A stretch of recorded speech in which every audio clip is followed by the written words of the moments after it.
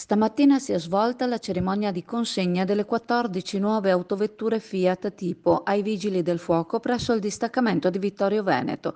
L'evento ha visto la presenza del direttore interregionale dei Vigili del Fuoco del Veneto e Trentino Alto Adige, Loris Munaro, dell'assessore regionale della Protezione Civile Giampaolo Bottacin, del consigliere regionale Silvia Rizzotto e del sindaco di Vittorio Veneto Antonio Miatto. Questi veicoli, insieme ai 4 furgoni multiuso Ford Custom e 16 lampadelle LED che saranno consegnati nei prossimi giorni, sono stati concessi in comodato d'uso gratuito ai Vigili del Fuoco dalla Regione Veneto, nell'ambito del programma operativo annuale del 2022. Durante la cerimonia il direttore Munaro ha ringraziato la Regione e l'assessore alla Protezione Civile per la collaborazione tra le parti e ha sottolineato l'importanza di un'unità sempre maggiore tra i Vigili del Fuoco, la Protezione Civile e i sindaci a livello locale. L'assessore Bottacin ha dichiarato che l'obiettivo è rinnovare la convenzione per migliorare l'efficacia del lavoro svolto nel garantire la sicurezza dei cittadini.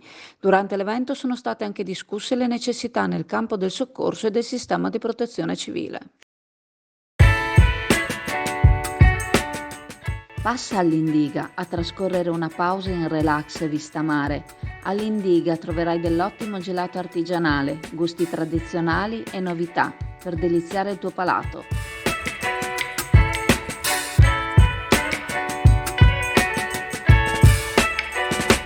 Indiga a Sottomarina ti aspetta.